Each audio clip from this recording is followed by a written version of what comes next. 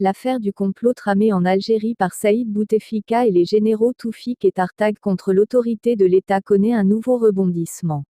Le frère cadet de l'ex-président Bouteflika aurait effectué un appel téléphonique avec le directeur de la chaîne de télévision Enahar TV, Anis Rahmani, pour le convaincre de préparer une campagne médiatique à l'encontre du chef d'état-major de l'VNP afin d'amener les Algériens à croire qu'il préparait un coup d'état militaire contre le chef de l'État.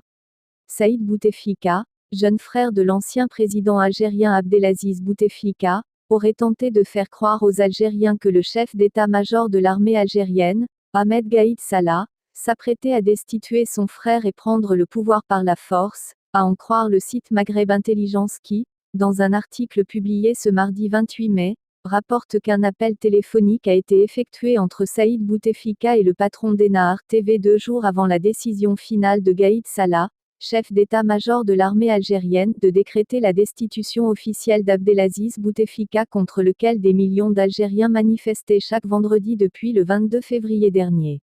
Citant des sources sécuritaires, l'article en question ajoute que lors de cet appel Saïd Bouteflika aurait clairement demandé à son interlocuteur Anis Rahmani de se préparer pour la guerre.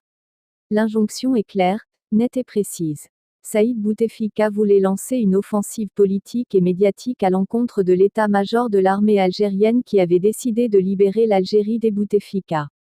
La stratégie de l'ex-puissant conseiller du président algérien déchu consistait à fomenter un contre-coup d'État pour maintenir son frère grabataire à la tête du pays et, en même temps, se débarrasser de Gaïd Salah qui avait à l'époque haussé le ton contre le clan présidentiel.